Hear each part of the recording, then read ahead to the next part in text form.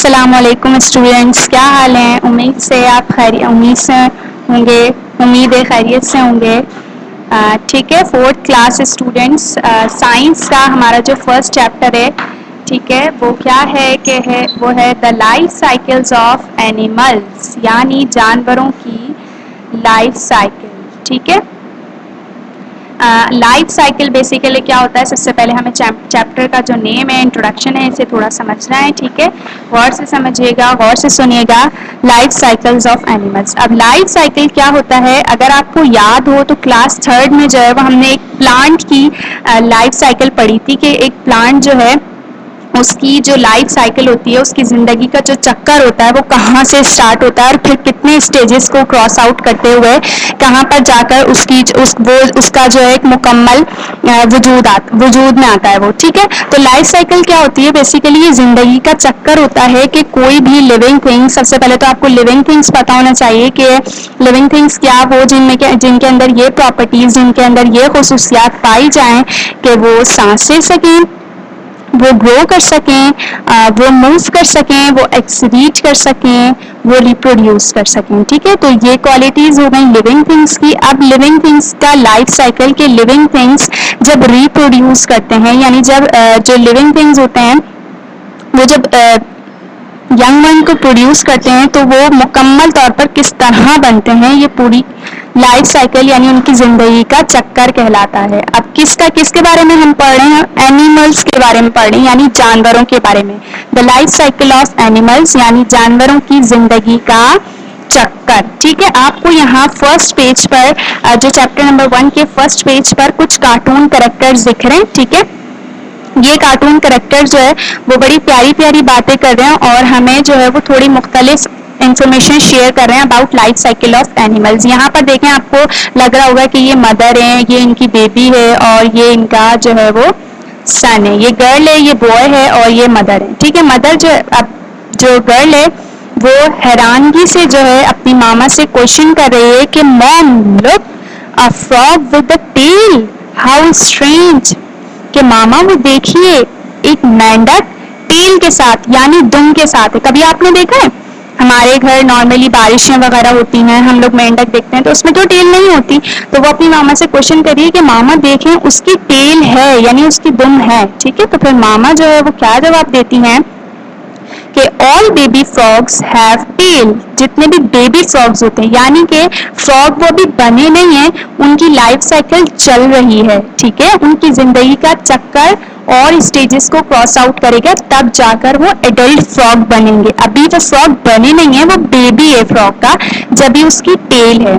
ठीक है, the tail disappear, ये टेल जो है वो डिसअपेयर यानी गायब हो जाएगी as the frog become an adult, जैसे जैसे ये फ्रॉग जो है वो एडल्ट बनता जाएगा, बड़ा होता जाएगा, ये फ्रॉग की जो टेल है वो आहिस्ता आहिस्ता गायब हो जाएगी। Baby frog look quite different from their parents, जो बेबी फ्रॉग होता है यानी जो फ्रॉग का बेबी होता है वो काफी जो है वो डिफरेंट दिख रहा होता है अपने पेरेंट्स से। ठीक है, यहाँ पर जो बॉय है वो भी जो है वो स्ट्रेंज क्वेश्चन कर रहा है कि hi hey look at the eggs in this nest, इस घोंसले में जो है वो एग्स को देखिए, कुछ अंडे हैं। सम बेबी बर्ड्स हैव हैच्ड, यानी कुछ बेबी बर्ड्स जो वो अंडे से बाहर निकल आए। हैच मतलब हैचिंग प्रोसेस होता है कि जो बेबी बर्ड्स होते हैं, जो चिकन आपने चूजे देखे होंगे, ठीक है, वो कहाँ से निकल कर आते हैं, वो अंडे से निकल कर आ रहे होते हैं। ठीक है, तो वो क्या करते हैं, अंडे के शेल को, जो एग शेल होता है, हार्ड शेल जो बाहर होता है, उसको अपनी चोंच से ब्रेक डाउन करते हैं और फिर जो वो बाहर आ जाते हैं, ये प्रोसेस हैचिंग कहलाता है। तो बॉय कह रहा है कि यहाँ पर कुछ बेबी बर्ड्स हैं जिन्होंने क्या की है, हैचिंग की है, जो अंडे से क्या आए, बाहर आए। ठीक है, अब यहाँ पर नीचे जो है कुछ इंफॉर्मेशन है कि baby animals grow into adults, जो छोटे एनिमल्स होते हैं वो बड़े हो जाते हैं। जिस तरह अगर हम अपनी मिसाल ले लें कि हम जब पैदा होते हैं तो हम कितने छोटे से होते हैं। ठीक है, फिर क्या होता है कि हम मुख्तलिफ एजेस को क्रॉस करते हुए, मुख्तलिफ स्टेजेस को क्रॉस करते हुए, हम पहले छोटे बेबी होते हैं, फिर थोड़ा बड़े होते हैं, फिर उससे बड़े होते हैं, फिर एक मुख्तलिफ जो है वो हम जवान होते हैं, मुख्तलिफ स्टेजेस को क्रॉस करते हैं और जो है वो मुकम्मल हम इंसान बन जाते हैं। ठीक है, इसी तरह जो जानवर होते हैं ये भी पहले बेबी होते हैं, फिर उसके बाद मुख्तलिफ स्टेजेस को क्रॉस करते हुए ये एडल्ट यानी बड़े हो जाते हैं। ठीक है, adult animals have young, adult animal जो होते हैं वो यंग होते हैं। हाउ डू एनिमल रिप्रोड्यूस, यहाँ पर एक क्वेश्चन दिया हुआ है जो आप भी सोच सकते हैं और अपनी नॉलेज में इजाफा करें कि क्यों जो है वो जानवर रिप्रोड्यूस करते हैं। रिप्रोड्यूस मतलब अपने ही जैसे और यंग वंस को पैदा करना, ठीक है, अपने ही जैसे और यंग वंस को अपने ही जैसे और बेबीज को प्रोड्यूस करना। तो यहाँ पर एक क्वेश्चन है, why and how do animal reproduce, या आपने सोचना है कि क्यों जो है वो जानवर रिप्रोड्यूस करते हैं। इंसान तो करते ही हैं, तो क्या जानवरों को भी जरूरत पड़ती है रिप्रोड्यूस करने की? तो जी हाँ पड़ती है, आपने सोचना है, ठीक है। Did you know that the young of some animals do not look like their parents, क्या आप सोचते हैं कि मतलब जो यंग होते हैं कुछ एनिमल्स के, वो अपने पेरेंट्स से नहीं मिलते, कुछ की रिजेम्बलेंस होती है, कुछ मिलते जुलते हैं, जबकि कुछ अपने पेरेंट्स से जो है वो नहीं मिलते, ठीक है। यहाँ पर अब हम आ जाते हैं पेज नंबर 2 पर। यहाँ पर देखिए व्हाट्स इन दिस चैप्टर, यानी इस चैप्टर के अंदर जो है वो क्या है। व्हाट्स इन दिस चैप्टर, इस चैप्टर के अंदर क्या है। सबसे पहले आपको यहाँ एक छोटी सी साइकिल जो है वो बनी हुई दिख रही है यहाँ पर, और सेंटर में लिखा हुआ है लाइफ साइकिल्स ऑफ एनिमल्स, जानवरों की जिंदगी का चक्कर, ठीक है। अब लाइफ साइकिल ऑफ एनिमल्स, जब जानवर मुख्तलिफ स्टेजेस से कब गुजरेंगे, जब उनमें क्या होगी, रिप्रोडक्शन, जब उनके जो पेरेंट्स होंगे जब वो रिप्रोड्यूस करेंगे तब उनके अंदर क्या होगा, लाइफ साइकिल्स का प्रोसेस होगा, ठीक है। अब कुछ जानवर ऐसे होते हैं, कुछ इंसेक्ट्स ऐसे होते हैं जिनकी लाइफ साइकिल जो है वो 3 स्टेजेस पर मुश्तमिल होती है, यानी वो 3 स्टेज को क्रॉस करते हैं, यानी पहले बेबी होते हैं, फिर यंग होते हैं, फिर एडल्ट बन जाते हैं। जबकि कुछ जानवर जो है वो ऐसे होते हैं जिनकी जो लाइफ साइकिल होती है वो 4 स्टेजेस पर मुश्तमिल होती है कि वो 4 मुख्तलिफ मराहिल को तय करेंगे और फिर उनकी जिंदगी का चक्कर जो है वो मुकम्मल होगा, ठीक है। तो यहाँ पर लाइफ साइकिल ऑफ एनिमल्स जो है वो as a result of reproduction, यानी रिप्रोडक्शन के नतीजे में होती है लाइफ साइकिल एनिमल्स की। जबकि कुछ जानवर जो होते हैं उनकी लाइफ साइकिल के 3 स्टेजेस होते हैं, जबकि कुछ जानवरों की लाइफ साइकिल के 4 स्टेजेस होते हैं, ठीक है। यहाँ पर लिखा हुआ है व्हाट विल आई लर्न, हम जो है इसमें क्या सीखेंगे, क्या पढ़ेंगे, ठीक है।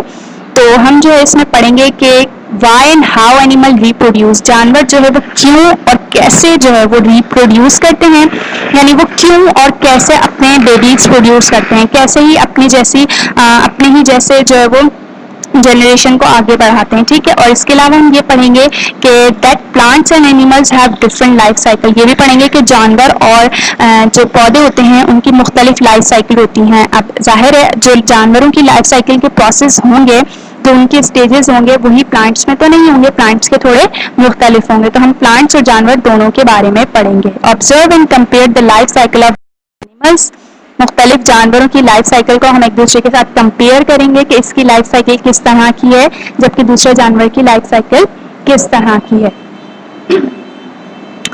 इसके अलावा जो है वो हम ये भी पढ़ेंगे कि जो पेरेंट्स की कैरेक्टरिस्टिक्स होती हैं, जो हमारे वालिदैन होते हैं, जो उनकी कैरेक्टरिस्टिक्स होती हैं वो किस तरह जो यंग होते हैं उनके अंदर ट्रांसफर हो जाती हैं। आपने नोट किया होगा कि ऐसा होता है कि जो वालिदैन के बेबीज होते हैं वो अपने पेरेंट्स से मिल रहे होते हैं, यानी आप लोग भी अगर कुछ चीज़ें ऐसी होती हैं जो आपके पेरेंट्स से सिमिलैरिटीज रख रही होती हैं, मुशाबहत रख रही होती हैं, ठीक है। तो वो कैसी क्या कौन सी कैरेक्टरिस्टिक्स होती हैं जो पेरेंट्स से यंग वंस के अंदर जो है वो ट्रांसफर हो रही होती हैं, ये पढ़ेंगे इंशाल्लाह हम। नाउ पेज नंबर 3 पर जो है वो हम आ गए हैं, ठीक है। यहाँ पर क्वेश्चन है how do animals reproduce, how मतलब कैसे, किस तरह जानवर जो है रिप्रोड्यूस करते हैं। आ गया वही सवाल जो पीछे था, जो आप लोगों को ऑब्जर्व करने के लिए छोड़ा गया था। अब यहाँ पर उसकी एक्सप्लेनेशन आ गई कि किस तरह जानवर जो है वो रिप्रोड्यूस करते हैं, यानी अपने ही जैसे यंग वंस को प्रोड्यूस करते हैं, ठीक है। यहाँ पर लिखा हुआ है all living things will grow and die eventually, जो जितने भी लिविंग थिंग्स होते हैं, जितने भी जानदार होते हैं वो ग्रो होते हैं, ओल्ड होते हैं और एक वक्त आता है डाई हो जाते हैं, ठीक है। यानी उनकी ये लाइफ साइकिल है कि वो जो है वो ग्रो होते हैं, ठीक है, ओल्ड होते हैं और फिर एक वक्त आता है कि वो डाई हो जाते हैं, मर जाते हैं, ठीक है। Living things reproduce to ensure the continuity of their own kind.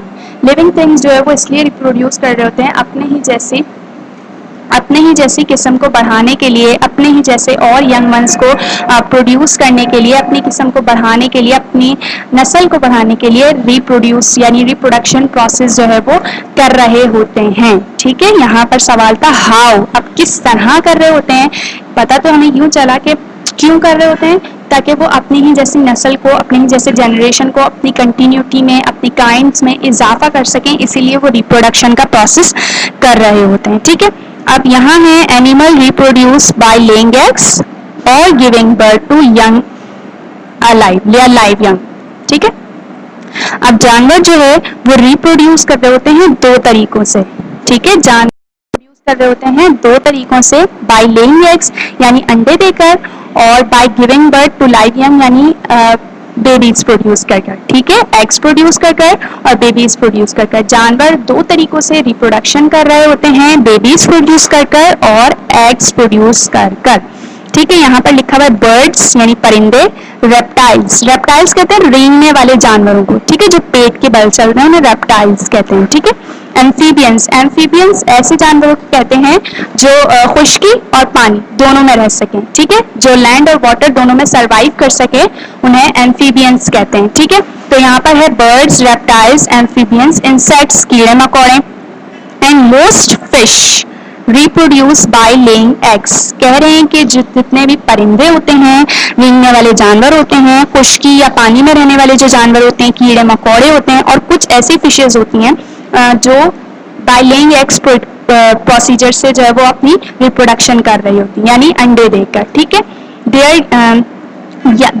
Young develop in eggs, इनके जो यंग्स होते हैं वो एग्स में जो है वो डेवलप हो रहे होते हैं, यानी अंडे के अंदर जो है वो बन रहे होते हैं। ठीक है, अभी बाहर नहीं आए, अभी एग्स के अंदर ही हैं और वो डेवलप हो रहे हैं एग के अंदर ही। ठीक है, डेवलप इन एग्स, उस वक्त तक until they are ready to be hatch, ये उस वक्त तक जो है वो एग के अंदर बढ़ रहे होते हैं, इनकी एग के अंदर ग्रोथ हो रही होती है, जब तक जो है वो ये उस वक्त तक इनकी हैचिंग नहीं होती, यानी अंडे से बाहर नहीं आते जब तक ये मुकम्मल तौर पर एग के अंदर डेवलप ना हो जाए। ठीक है, यहाँ पर जो है कुछ पिक्चर्स मैं आपको दिखाऊं, ये जो पिक्चर्स बनी हुई है ये और ये है स्नैक। आप देखिए इसके अराउंड कितने सारे एग्स हैं। ठीक है, अब इस स्नैक ने एग्स प्रोड्यूस करें, यानी एग से इसकी लाइफ साइकिल स्टार्ट होगी, यानी इसकी रिप्रोडक्शन बाय लेइंग एग से, इसे अंडे देकर जो है वो अपनी रिप्रोडक्शन का प्रोसेस किया है। यहाँ पर ये है फ्रॉग, और फ्रॉग ने वाटर सरफेस पर, पानी की सतह पर जो है वो बहुत सारे, आपने देखा छोटे छोटे, अपनी बुक्स में देखेंगे आप छोटे छोटे अंडे दिए हैं। ठीक है, तो जो स्नैक है ये स्नैक हो गया रेप्टाइल। ठीक है, और ये फ्रॉग जो है ये एम्फीबियन है, यानी ये खुश्की पर भी रह लेता है और ये पानी में भी रह लेता है। ठीक है, तो इन दोनों ने क्या किए, एग्स प्रोड्यूस करके करें और एग प्रोड्यूस करके अपनी रिप्रोडक्शन में इजाफा, यानी अपनी कंटिन्यूटी में, अपनी काइंड में इजाफा करेंगे। ठीक है, नाउ अब यहाँ पर नीचे जो है वो आप पिक्चर देख सकते हैं। ठीक है, ये रही, ये आपको शीप दिख रही है। ठीक है, शीप जिसे भेड़ भी कहते हैं, और ये है सील। ठीक है, सील ये भी एक जानवर है। ठीक है, यहाँ पर लिखा है मोस्ट मैमल्स। अब सबसे पहले तो आपको मैमल्स समझना है कि what is mammals, what are mammals, mammals क्या होते हैं। ठीक है, जो ऐसे जानवर जो यंग वंस प्रोड्यूस करें, जो यंग वन प्रोड्यूस करें, जो अपनी रिप्रोडक्शन का प्रोसेस बाय गिविंग बर्थ करें। ठीक है, लेइंग एग्स ना करें बल्कि गिविंग बर्थ करें, उन्हें मैमल्स कहते हैं। यानी ऐसे तमाम जानदार जो बच्चे पैदा करते हैं उन्हें मैमल्स बोलते हैं। ठीक है, सच एज ह्यूमंस, जैसे कि इंसान, इंसानों के बेबीज होते हैं, give birth to live young.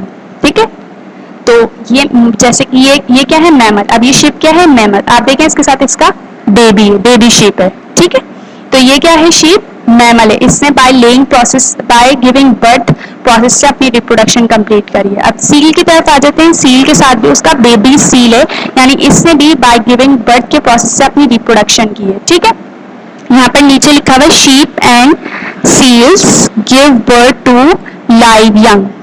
ठीक है, शीप और सील ने जो है वो लाइव यंग को पैदा किया है। ठीक ठीक है। तो इनकी जो रिप्रोडक्शन है वो हुई है बाय गिविंग बर्थ, जबकि ये जो रेप्टाइल और एम्फीबियन है इनकी रिप्रोडक्शन हुई है बाय लेइंग एग्स। अच्छा, एक और इंफॉर्मेशन आपके साथ शेयर करूं कि जो स्नैक है आपको इसके अराउंड इतने सारे एग्स दिख रहे हैं, और ये जो फ्रॉग है इसके अराउंड भी आपको इतने सारे एग्स दिख रहे हैं, जबकि अगर हम शीप की और सील की बात करें तो इनका बेबी एक एक ही है, ठीक है। अब स्नैक और फ्रॉग ने इतने सारे एग्स क्यों प्रोड्यूस करे?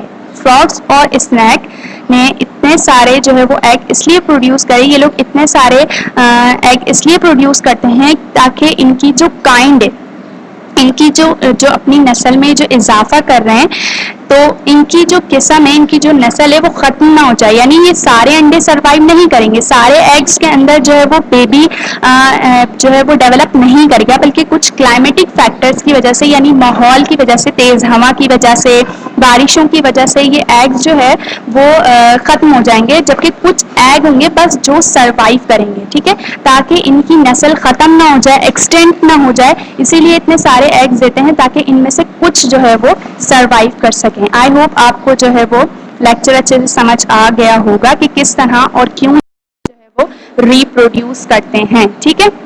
अब आपने करना क्या है, आपने जो है वो अपनी नोटबुक में, अपनी कॉपी में मिड टर्म का टाइटल पेज जो है वो बनाना है, ठीक है। और उसके साथ साथ ही अगले पेज पर the life cycles of animals, जो हमारे चैप्टर का नाम है, इसका आपने खूबसूरत सा टाइटल पेज बनाना है, ठीक है।